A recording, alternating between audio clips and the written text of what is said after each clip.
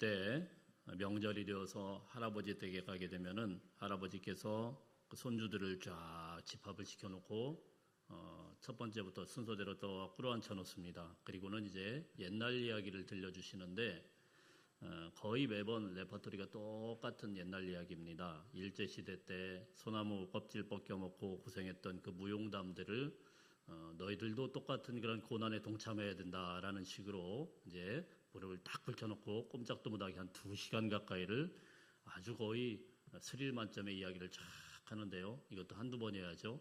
매번마다 이제 그게 듣기가 너무 힘들어서 하나씩 둘씩 손주들이 할아버지 집에 가기 싫다 이러면서 안 내려오시고 그러면은 요즘 애들은 정말 애들이 버릇이 없고 애들이 그렇다고 또 이제 야단을 치고 그랬던 적이 있습니다. 한국의 이 현대사를 이야기할 때 이 굵직한 전쟁들, 일제의 그 침략과 또 6.25 전쟁을 빼놓고 이야기할 수가 없습니다. 오늘 우리가 다루는 이 사사기서 본문에서도 두 세대를 이야기를 하고 있는데요. 그 구분이 무엇인가 하면은 바로 전쟁에 대해서 이야기를 하고 있습니다. 우리 1절, 2절 말씀 우리 함께 읽어보겠습니다. 시작. 여호와께서 가나안의 모든 전쟁들을 알지 못한 이스라엘을 시험하려 하시며 이스라엘 자손의 세대 중에 아직 전쟁을 알지 못하는 자들에게 그것을 가르쳐 알게 하려 하사 남겨두신 이방 민족들은 하나님께서 세대를 구분을 하시는데 전쟁을 아는 세대와 전쟁을 모르는 세대로 구분을 합니다. 그리고 이 전쟁을 모르는 세대를 향하여서 특단의 조치를 취하시는데요. 이들을 시험하시고 가르치기 위하여 이방 민족들을 남겨놓았다. 오늘 성경에서 이렇게 기록하고 있어요. 그렇게 남겨놓은 이방 민족들이 어떤 사람인지를 3절에 보면 쭉 기록을 하고 있습니다. 블레셋의 5 군주들, 그리고 그 모든 가나안 족속들, 시돈 족속들, 그리고 헤르몬산에서부터 레바논산 전체에 흩어져 있는 히위 족속. 그러니까 길게 설명한 것을 쭉 종합을 해보면은 뭐 해변이나 가나안 땅이나 그 위에 북쪽이나 가나안 전역에 완전히 다 흐트러져서 이 이방 민족들이 함께 골고루 섞여서 살고 있었다라고 볼 수가 있는 겁니다. 이들이 도대체 전쟁을 모르는 이 세대가 도대체 어떤 문제가 있길래 하나님께서는 이들을 시험하고 가르치기 위하여서 이들을 갖다가 곳곳에 섞여 살도록 그들을 괴롭히도록 하셨을까요? 우선 하나님께서 왜 이런 전쟁을 기준으로 삼는가를 먼저 한번 살펴볼 필요가 있습니다. 이들에게 있어서 이 기준으로 삼은 전쟁은 물론 이 부모님 세대가 거쳤던 가나안의 7년 정복 전쟁을 두고 이야기할 것입니다. 요단강을 건너서 가나안에 들어와서 치열하게 전쟁을 벌이며 원주민들을 몰아냈던 그 부모 세대. 근데 그 전쟁을 그 부모 세대는 경험을 했지만 이 자녀들은 경험을 하지 못했어요. 그래서 콕 집어서 전쟁을 모르는 사람, 모르는 세대, 이들을 가르칠 필요가 있었고 시험할 필요가 있었다. 오늘 성경은 이렇게 말씀을 하는 거예요. 고대 사회에서 특별히 성경에서 나타나는 이 전쟁들은 단순한 군사력의 싸움이 아닙니다. 고대 근동에서 그 사회에서 말하는 모든 전쟁은 신들의 전쟁입니다. 전쟁을 이기면 신이 함께 패배하고 죽게 되는 겁니다. 그러므로 가나안 정복은 단순한 영토의 확장이 아니고 여호와 하나님께서 그 땅을 지배하던 우상들을 심판하시고 자신의 통치를 드러내는 언약의 전쟁의 성격을 갖고 있습니다. 이스라엘은 절대로 칼이 강해서 이긴 것이 아닙니다. 그 말씀에 순종했기 때문에 하나님께서 하신 그 전쟁에 편승해서 이기게 된 것이죠. 여리고성을 무너뜨린 것은 그들이 어떤 무슨 무기가 있어가지고 무너뜨린 게 아니고 우리가 잘 알듯이 믿음의 전쟁 아니었습니까? 그 믿음으로 성 주위를 돌고 돌았을 뿐이고 외쳤을 뿐인데 와르르 성이 무너져 내리게 된 것입니다. 요단강을 건넌 것은 어떻습니까? 뛰어난 그들의 기술력이 있고 뭐 다리를 건설해서 건넌 것이 아니고 그야말로 하나님의 능력이었습니다. 말씀에 믿고 순종하여서 발을 디뎠을 뿐인데 강물이 양쪽으로 갈라지게 된 것입니다. 태양을 멈춘 것도 어떤 군사력이 아니고 하나님의 역사였고 하나님의 기적의 역사가 나타난 상징적인 그런 사건이다 볼 수가 있습니다. 전쟁을 알고 있는 세대, 그들의 부모 세대는 이것들을 직접 경험하고 체험한, 몸으로 익힌 그런 사람들입니다. 광야에서 태어날 때부터 자라나면서 만나를 먹고 자라났고 구름기둥과 불기둥을 보았습니다. 요단강이 갈라지는 것을 보았고요, 여리고성이 무너지는 것을 보았습니다. 그들에게 있어서 하나님은 교리와 성경 공부를 통하여서 나타난 그런 하나님이 아니고 철저한 경험이었습니다. 그러나 전쟁을 모르는 다음 세대는 달랐습니다. 그들은 풍요로운 땅에서 태어나고 풍요로운 가나안에서 자라나게 되었습니다. 배고픔을 몰랐어요. 광야를 몰랐습니다. 기적도 부모의 간증으로만 들었습니다. 신앙은, 그들에게서 신앙은 체험적인 것이 아니고 부모가 들려주는 이야기일 뿐입니다. 이 차이가 결국은 이 사사기 시대의 비극을 불러왔다라는 사실입니다. 여러분, 오늘 이 말씀을 보면서 오늘 우리가 겪고 있는 이 현실은 어떻습니까? 오늘날 우리의 현실도 크게 사사기의 현실과 다르지 않다라고 저는 생각을 합니다. 한국교회는 기성세대와 다음 세대로 나눌 수 있다라고 하면은, 기성세대는 물론 지금은 기성세대가 좀 달라졌겠지만은, 기성세대는 전쟁과 같은 시절을 쭉 지났던 사람들이라고 볼 수가 있습니다. 실제로 전쟁을 겪은 분들도 있고, 저처럼 전쟁은 아니었지만은 정말 전쟁터처럼 어렵고 힘든 환경들을 극복해서 이 나라를 일궈냈던 그런 기성세대. 전쟁터에서 그 총칼로 피 흘리고 아무것도 없는 폐허의 잿더미에서 먹을 것이 없어서, 저희 할아버지의 말씀에 의하면은 정말 먹을 것이 없어서 소나무 껍데기를 벗겨 먹으며 그렇게 살았던 그 시대, 보릿고개를 넘으면서 그 끔찍한 시절을 직접 겪어낸 세대가 이제 노인이 되어서 오늘 이 자리에도 함께하고 계십니다. 그 전쟁터에서, 그 수많은 세월 속에서 우리는 신앙을 어떻게 지켰습니까? 그야말로 한국교회는 눈물의 시절을 겪어냈습니다. 한국교회가 전 세계에서 유례를 찾을 수 없을 정도로 빠르게 부흥한 그 배경에는 왜 이렇게 부흥하게 되었을까요? 그 전쟁을 겪었던 어른들이 전 세계 어디에도 없었던 한국 기독교의 그 독특한 예배들을 만들어내었습니다. 주일 한 번의 예배는 부족해서 주일은 아침부터 나와서 저녁 예배까지 마쳐야 온전한 주일 성수를 한다라고 누구나 그렇게 생각을 하는 시절이었어요. 또 그것으로 부족해서 주일 저녁 예배, 그리고 금요 철야 기도회, 지금과 같은 금요 철야 기도란 말을 빼야 됩니다. 그냥 금요일 기도회죠. 그야말로 철야를 했지 않습니까? 한 새벽 3시나 돼야, 4시나 돼야 끝나는 그런 철야를 매주마다 했습니다.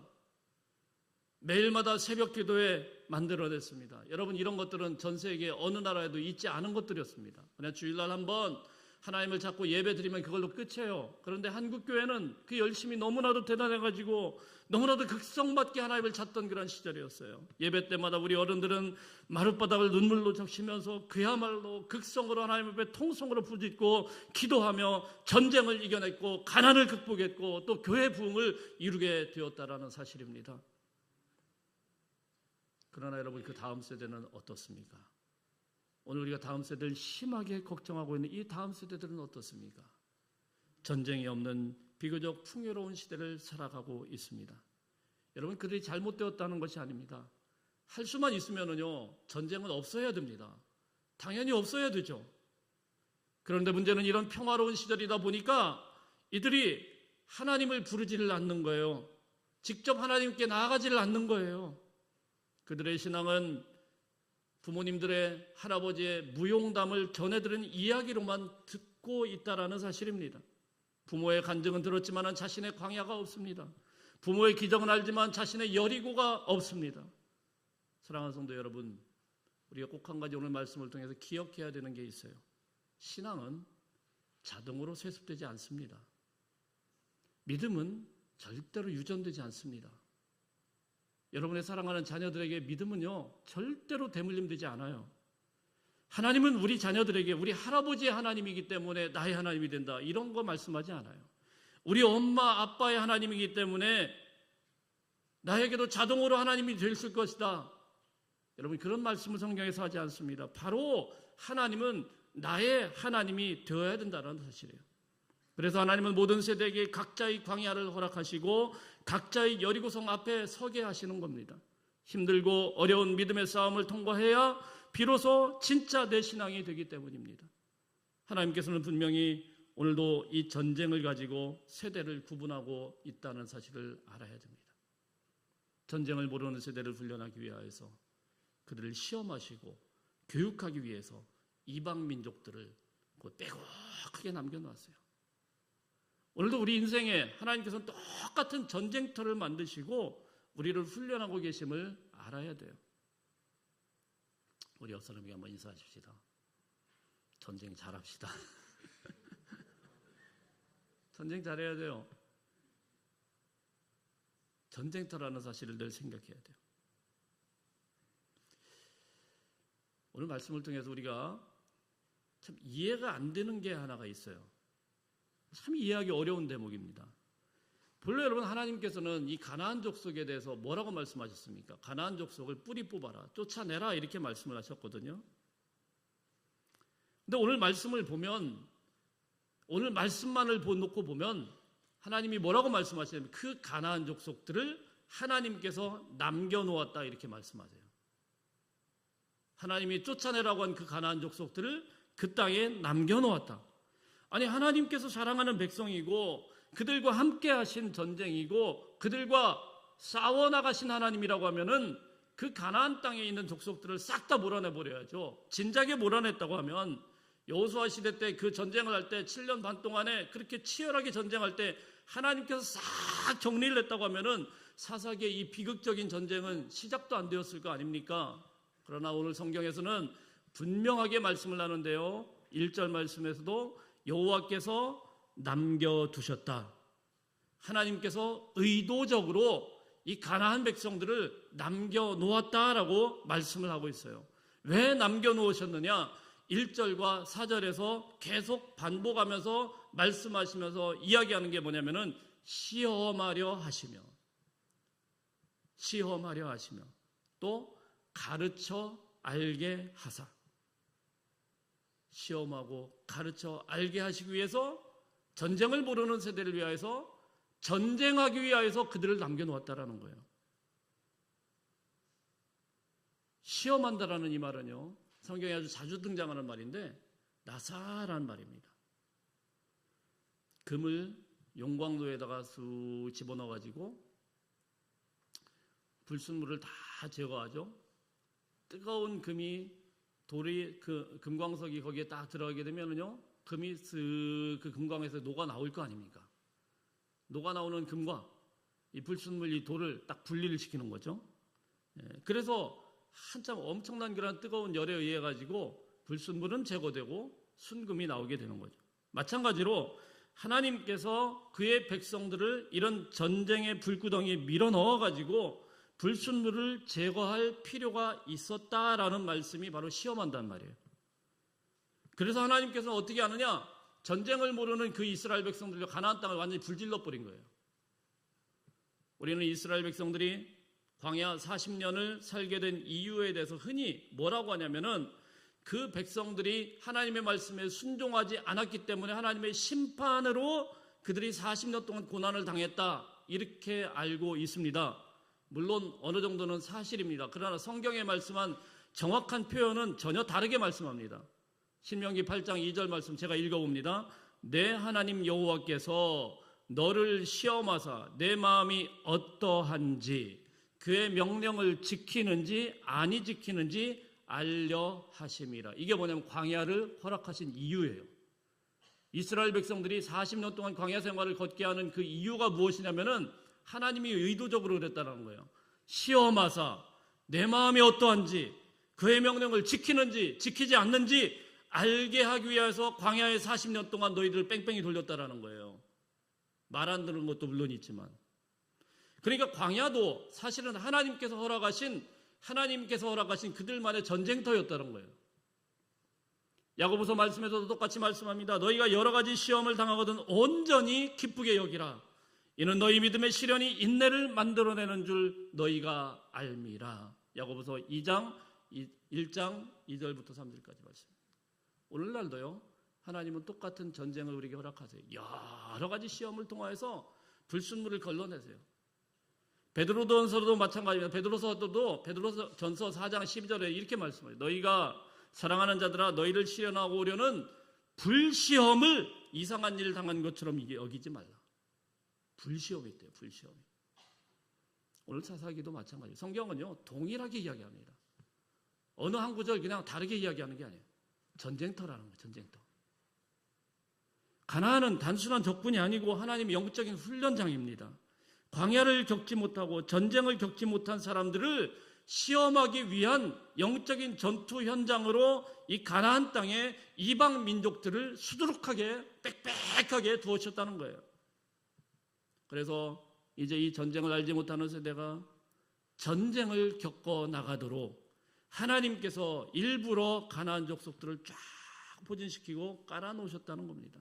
북쪽에는 메소포타미아와 아람이 있고 남서쪽에는 블레셋이 있고 동쪽에는 모압과 암몬이 있고 시돈과 두로가 있고 그냥 구석구석에 샅샅이 이 적들이 그냥 수두룩한 곳에 이스라엘 백성들을 쭉 두신 거예요. 그래서 여차하면은 이들이 전쟁을 일으키고 이스라엘을 쳐들어와가지고 괴롭히시도록 한 것이 바로 사사시대의 불운이고 힘든 그런 점이라는 거예요. 하나님 왜 그렇게 했을까요? 그래야 전쟁을 겪어야 이들이 긴장을 하고 부모님처럼 하나님을 찾을 거 아닙니까? 그래야 신앙의 불순물들도 제거되고 순금처럼 정금처럼 빛나는 신앙으로 나올 거 아닙니까? 우리 4절 말씀 한번 읽어볼까요? 4절 말씀 시작.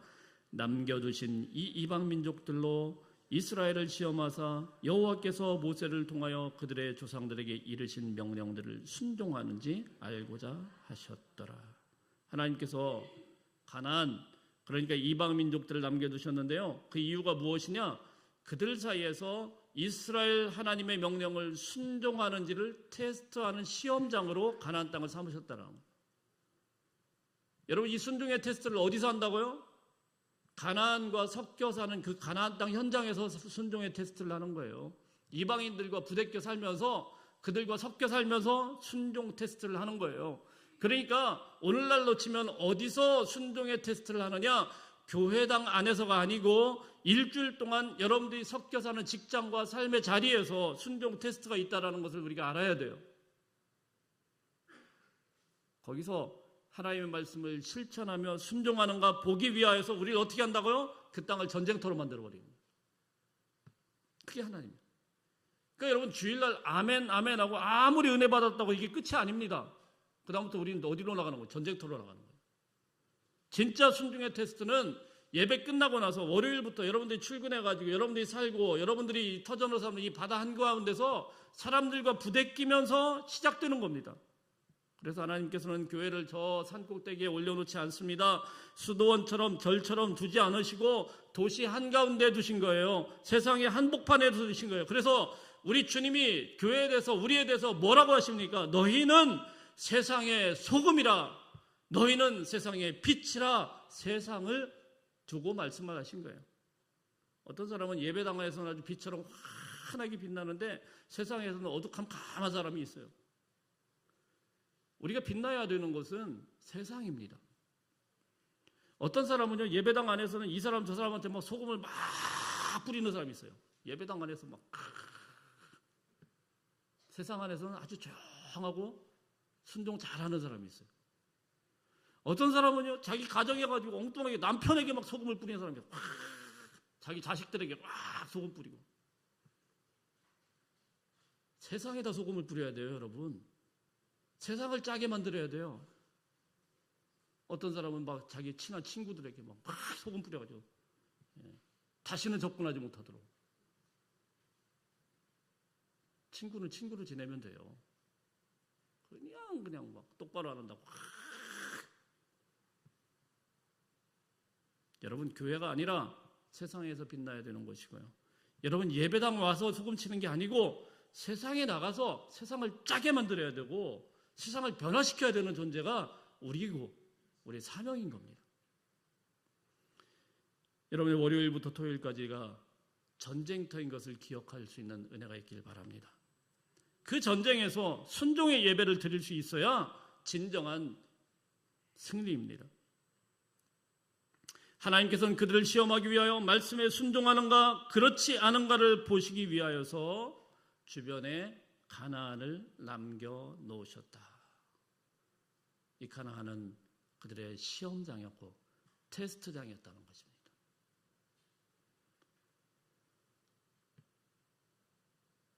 세 번째, 왜 하나님께서는 이들 전쟁을 모르는 세대를 교육하기 위해서 가나안 땅을 전쟁터로 만들 수밖에 없었을까? 사실 오늘 말씀에는 굉장히 우리가 두려움으로 받아야 되는 심각한 말씀을 하고 있습니다. 우리 7절 말씀 한번 읽어봅니다. 7절 말씀 시작.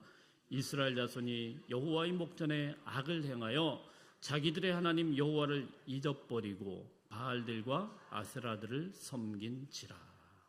7절은요 그렇게 오랜 세월이 지난 것 같지가 않아요. 전쟁을 아는 세대와 전쟁을 모르는 세대를 구분하는 그 시절이니까 그렇게 많이 지난 것 같지 않아요. 근데 이들에게 아주 심각한 문제가 있었다라는 것을 말씀을 하셔요. 전쟁을 모르는 세대에게 아주 심각한 문제가 무엇이었냐면은 여호와를 어떻게 해요? 잊어버리고. 그 몇십 년 만에 여호와를 싹 잊어버렸어요. 부모 세대만 하더라도 이렇지 않았습니다.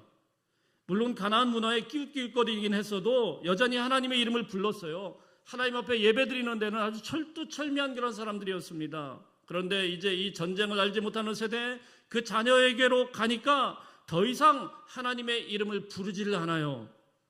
물론 예배에 문화는 남아 있습니다. 그런데 더 이상 그들은 부모님처럼 하나님을 생각하지 않아요. 하나님을 잊어버리고 하나님을 밀어냈다라는 거예요.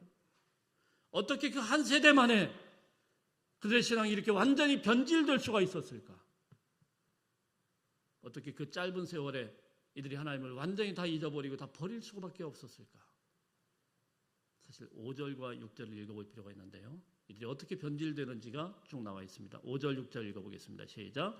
그러므로 이스라엘 자손은 가나안 족속과 헷 족속과 아모스 족속과 히위 족속과 여부스 족속 가운데 거주하면서 그들의 딸들을 맞아 아내로 삼으며 자기 딸들을 그들의 아들들에게 주고 또 그들의 신들을 섬겼더라. 3단계로 나오고 있습니다. 첫 번째 단계는 뭐냐면은 5절입니다. 그들과 어떻게 하면서요?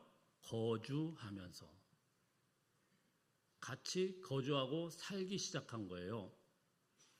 사실 이때까지는 부모 세대와 자녀 세대들이 아마 공존했을 겁니다. 가나안 땅에서 섞여서 살기 시작했어요. 그냥 그곳에서 같이 거주하며 사니까 서로 침범하지 않는 거죠. 가나안 사람들은 가나안 사람들의 삶의 방식으로 살고 자기들은 하나님의 여호와 하나님의 그 통치의 방식으로 따르고 살고 서로 조심조심하면서 섞여 살고 있었어요. 자, 그런데 이 시간이 쭉 지나다 보니까 어떻게 되느냐? 2단계입니다.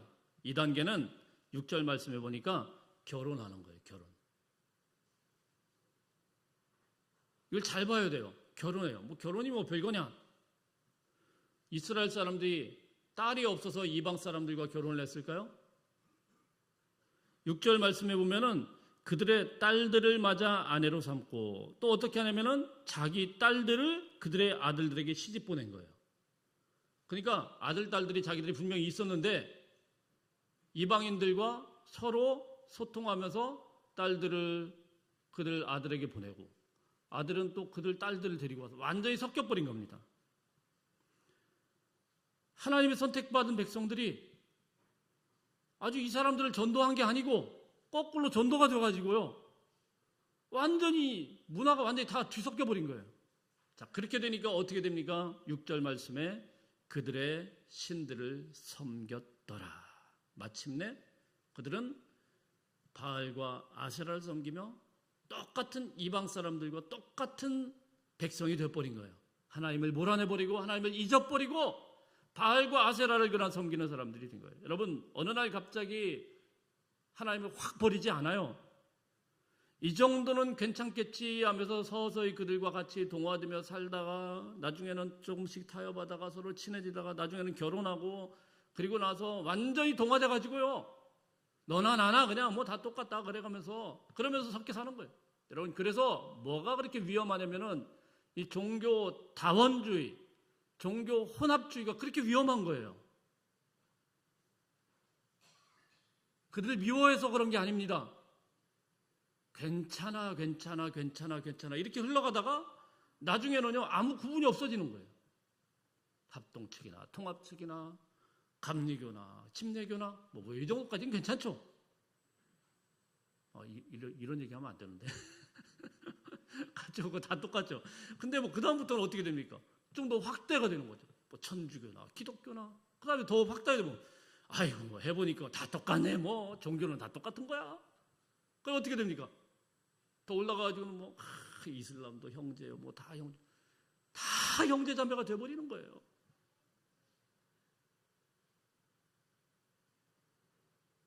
어느 날 갑자기 이렇게 무너지질 않아요. 어느 날 문화라는 이름으로 얼마나 많은 세상 사람들이 자꾸 동질화시키려고 하고 하나로 만들려고 하고 기독교나 다른 것들이 다 똑같다라고 이야기를 하는지 몰라요. 여러분 이것을 잘 분간할 수 있는 은혜가 있기를 축복합니다. 어느 날 갑자기 싹 버리는 게 아니에요. 어느 날 갑자기 이것이 동질화되는 게 아닙니다.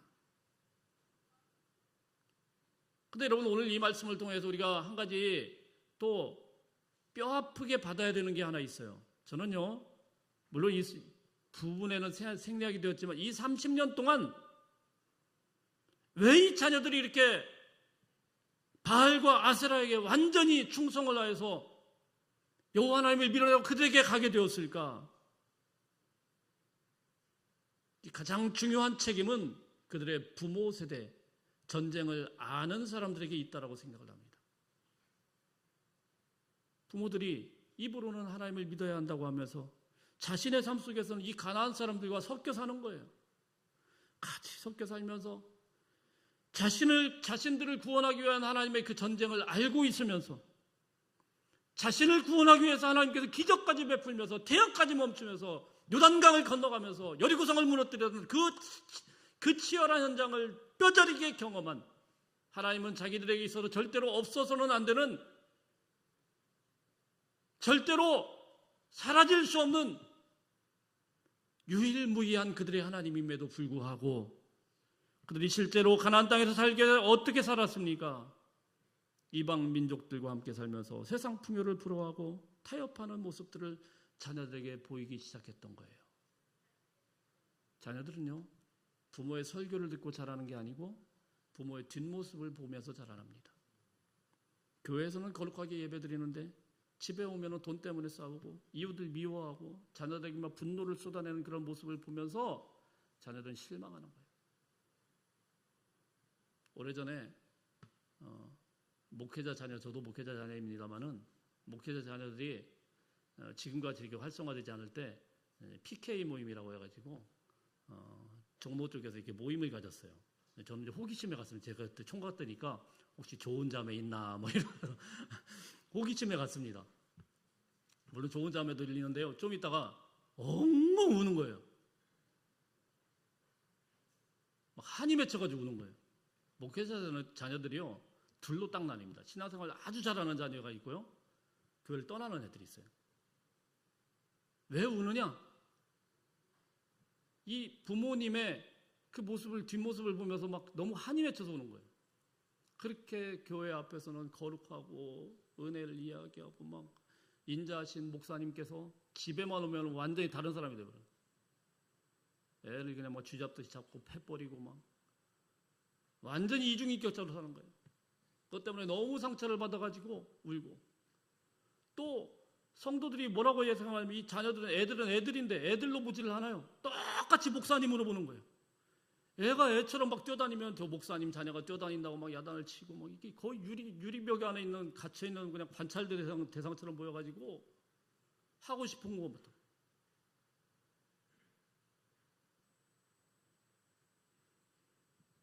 교회에서는 거룩하게 예배를 드리는데 집에 와서는 전혀 다른 모습이죠. 다른 사람들과 같이 전화하고 상대하는 모습을 보니까 전혀 다른 난 크리스찬이나 똑같은 거예요. 오히려 더 악하고 더 강하게 나가고 그들을 이겨먹으려고 하고 그런 하나님을 보니까 우리 부모님이 믿는 하나님은 진짜가 아니구나. 저런 하나님이라고 하면은 내가 그렇게 가치 있게 목숨을 걸고 인생을 맡길 필요가 있을까라는 고민을 하게 되는 겁니다. 여러분, 오늘 이 말씀을 통해서 우리가 다음 세대가 교회를 안 나온다고 탓하기 전에, 오늘날 이 다음 세대의 문제가 얼마나 심각합니까? 그렇게 탓하기 전에 우리가 먼저 말씀대로 살지 못했음을 솔직하게 하나님 앞에 가슴을 치며 회개해야 됩니다. 우리가 다음 세대를 나무라기 전에 우리 자신은 혹시 전쟁을 모르는 이스라엘 백성들처럼 우리의 삶 속에서 하나님을 밀어내고 바알과 아세라를 따르지 않았는지를 돌아보아야 합니다. 그런 이중적인 모습을 보면서 우리 아이들은요, 절대로 하나님의 이름을 부르지 않을 것입니다. 요즘 아이들이 잘 소통 안 되는 어른들을 빗대서 자기들끼리 뭐라고 하죠? 꼰대야. 꼰대. 뭔가 그래도 또 소통이 안 되라고 꼴통이라고 합니다. 꼴통. 저는요, 신앙은 적어도 꼰대처럼 해야 된다고 생각합니다. 누가 뭐라고 하더라도 꼰대처럼 해야 돼요. 그걸로 소통하려고 하지 마세요. 신앙 가지고 타협하려고 하지 마세요. 아이들에게서 신앙에 있어서는요, 그냥 꼰대처럼 있어야 돼요. 안 되는 건 안 되는 것이고, 그리고 보여줘야 됩니다. 방법이 여러 가지 있는 게 아니에요. 수십 년 동안 주일학교 부흥의 방법들이 계속 연구됐습니다. 그걸로 부흥하지 않아요. 방법은 딱 하나입니다. 그냥 하나님 앞에 엎드리고 부르짖는 거예요. 그거밖에 없습니다. 철저하게 하나님만 바라보고 철두철미하게 하나님의 사람으로 살아가게 되면은 이 모습을 보고 난 자라난 이 아이들은 절대로 하나님 떠나지 않습니다. 물론 제가 그렇게 잘했다라는 게 아니고 그런 모습으로 있어야 돼요. 우리 아이들에게도 적어도 우리 부모님은 다른 거는 몰라도 하나님을 향해서 엉뚱한 짓 하는 건 절대 용납이 안 되는구나. 절대로 이거에 대해서는 양보를 안 하는구나. 이게 딱 서 있어야 돼요. 그냥 애들 이쁘다고 그냥 이쁘다고. 이래도 흥 저래도 흥. 왜 다른 데는 다 이렇게 고집을 부리시면서 신앙에 대해서는 그냥 그렇게 관용을 베풉니까?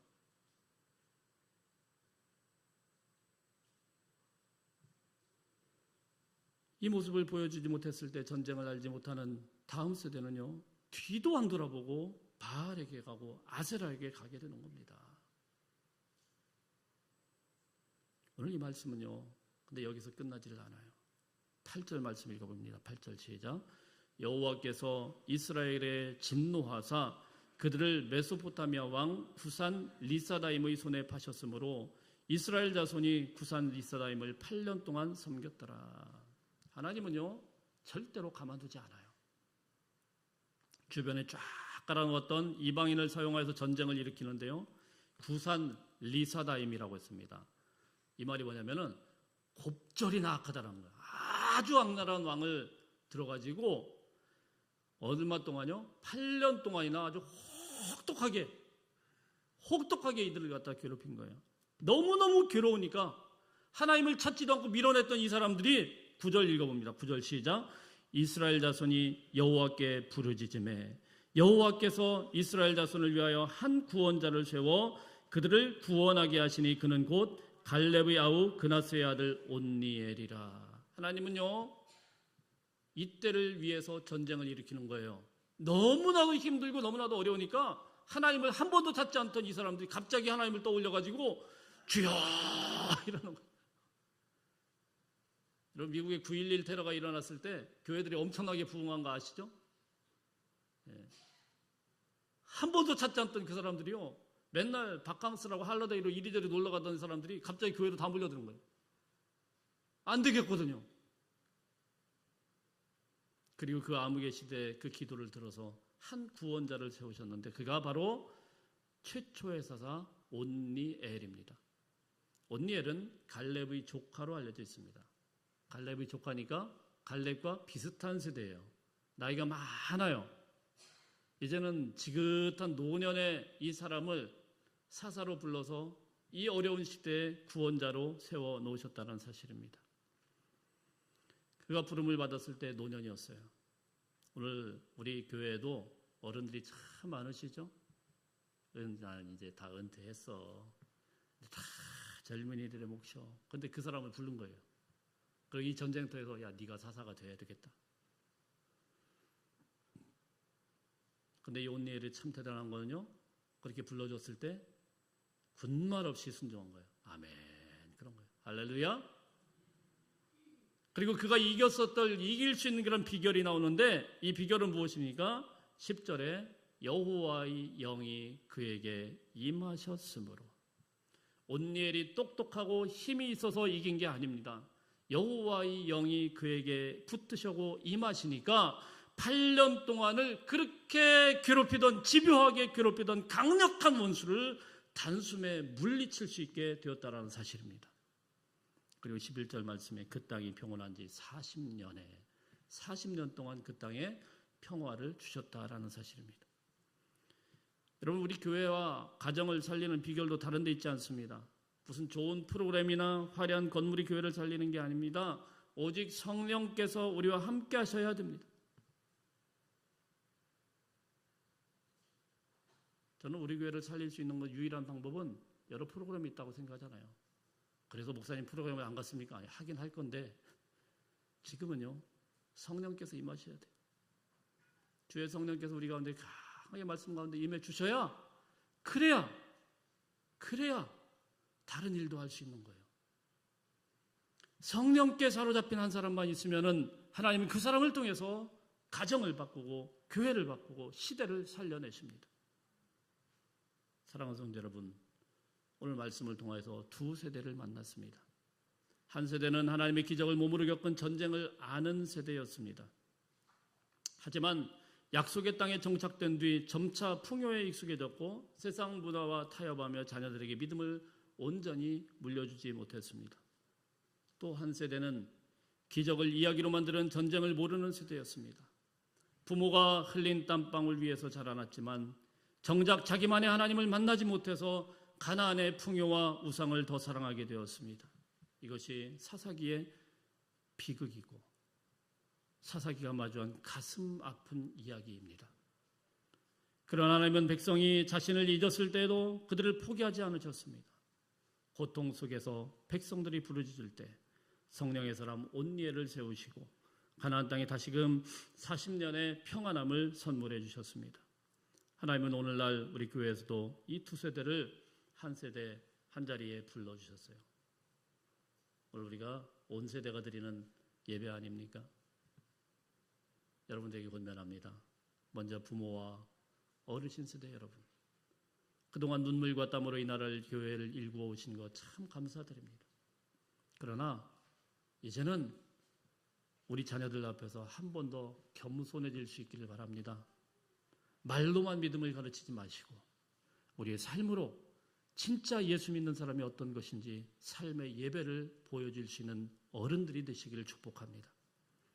갈렙처럼, 온니엘처럼 내 나이가 많아서 못한다, 그냥 은퇴하면 끝이다, 이게 아니고 다음 세대의 영혼을 위해서 마지막까지 기도의 자리를 지키는, 기도의 무릎을 꿇어주시는 귀한 어른들, 신앙의 모범을 보이는 어른들이 다시 되시기를 축복합니다.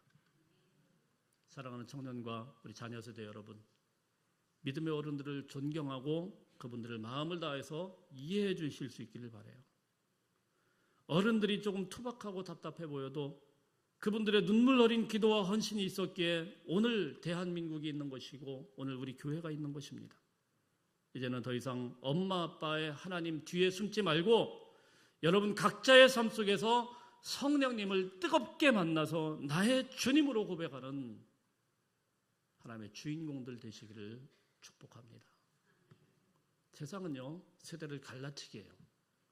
지금 보면은 얼마나 우리나라 이 세대를 갈라치게 하는지 몰라요. 조금만 나오면 뭐 2030이다, 뭐 4050이다, 뭐 이래가면서 그때 이런 역사가 있어서 다 이렇다. 정치인들이 막 얼마나 갈기갈기 찢어놓는지 몰라요. 여러분 거기에 편승하지 마세요. 교회는 성령 안에서 하나 되는 곳입니다. 어르신들의 깊은 지혜와 기도의 방패 위에 젊은이들의 뜨거운 열정과 환상이 합쳐질 때 하나님의 놀라운 부흥이 일어나게 되는 겁니다. 우리 교회는 어른부터 아이들까지 함께 손을 잡고 세상 풍조에 흔들리지 말고 오직 성령 충만하여서 주님의 승리를 선포하는 복된 교회가 되시기를 예수 그리스도 이름으로 간절히 축원합니다. 우리 기도하겠습니다. 사랑의 아버지 하나님, 전쟁을 하는 세대의 눈물 그리고 그들의 기도 헌신을 통해서 오늘날 우리가 이 복된 예배와 풍요를 누리게 하시니 감사합니다. 간절히 바라옵기는 우리 다음 세대가 부모의 하나님을 귀로만 듣는 데서 그치지 않게 하여 주옵소서. 삶의 수많은 영적 전쟁 속에서 나를 도우시는 나의 하나님을 인격적으로 만나게 하여 주옵소서. 우리 어른 세대는 삶의 모범을 보이며 끝까지 기도의 자리를 지키게 하시고, 자녀 세대는 세상 유혹에 흔들리지 않는 단단한 믿음의 세대로 자라나게 하여 주옵소서. 세상을 부러워하는 혼합주의를 버리고 오직 성령의 능력으로 이 시대를 살려내는 온리엘과 같은 하나님의 일꾼들을 다 되게 하여 주옵소서. 우리 교회가 이 모든 세대가 서로 손을 잡고 예수 그리스도만을 왕으로 모시는 진정한 믿음의 공동체가 되기를 소망하며 예수 그리스도의 이름으로 기도하옵나이다.